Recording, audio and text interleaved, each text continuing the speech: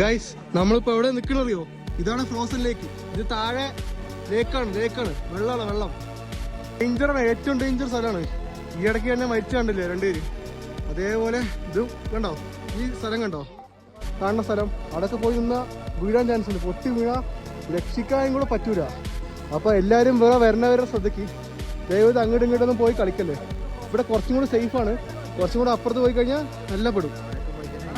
സ്നോയിന് കളറും ഈ കളറും കണ്ടോ, ഡിഫറൻസ് കണ്ടോ? ഇത് ഫുള്ളും അടിയിൽ വെള്ളമാണ്. വെള്ളം മുഴുക്ക ഐസായിട്ട് നിൽക്കുകയാണ് ഇവിടെ.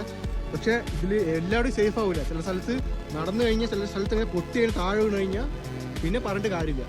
പിന്നെ രക്ഷിക്കാനൊന്നും പറഞ്ഞിട്ട് കാര്യമില്ല. എത്ര ആൾക്കാരുണ്ടായിട്ട് ഒരു കാര്യമില്ല. 2 മിനിറ്റ് വെള്ളത്തിൽ കിടന്ന എന്താ അവസ്ഥ നിങ്ങൾക്ക് അറിയാലോ. അതും തണുത്ത വെള്ളത്തിൽ കിടന്ന എന്താ അവസ്ഥ അറിയാലോ. എന്തായാലും ചാവും. എടാ അവിടെ പൊട്ടി, ഇവിടെ പൊട്ടണ പോലെ ഉണ്ട്. ഞാൻ അവിടെ നിൽക്കുക. അവിടെ ഒരാളിപ്പോൾ വീണ്ടാണ്. ജസ്റ്റ് മിസ് ചെയ്താൽ അവിടെ ഓട്ടമായിപ്പോൾ. ഇവിടെ ശ്രദ്ധിക്കണം, എല്ലാവരും പോണവരൊക്കെ ശ്രദ്ധിക്കണം. ഫുൾ ഐസാണ്.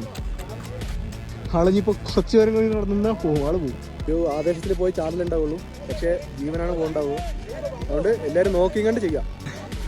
അപ്പോൾ ഫ്രോസണിലേക്ക് ഇനി ഇവിടുന്ന് 2-3 കിലോമീറ്റർ ഉണ്ട് ബേസ് ക്യാമ്പിലോട്ട്.